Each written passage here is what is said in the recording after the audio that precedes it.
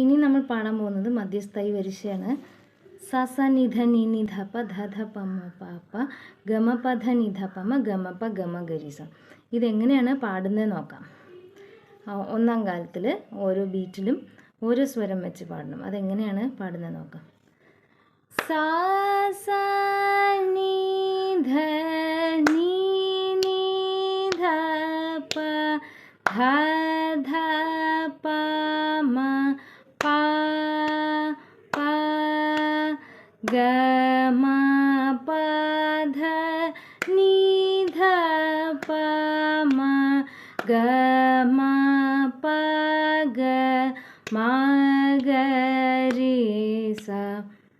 ഇനി ഇതിൻ്റെ second speed, അതായത് ഓരോ ബീറ്റിലും 2 സ്വരം വെച്ച് പാടാം. അത് എങ്ങനെ പാടുന്നത് നോക്കാം. സ സ നി ധ നി നി ധ പ ധ ധ പ മ പ പ ഗ മ പ ധ നി ധ പ മ ഗ മ പ ഗ മ ഗ രി സ. ഇനി അടുത്തത് തേർഡ് സ്പീഡ്, അതായത് മൂന്നാം കാലത്തിൽ ഓരോ ബീറ്റിലും 4 സ്വരം വെച്ച് പാടണം. അതെങ്ങനെയാണ് പാടുന്നത് നോക്കാം. സ സ നി ധ നി നി ധ പ ധ ധ പ മ പ പ ഗ മ പ ധ നി ധ പ മ ഗ മ പ ഗ മ ഗ രി സ.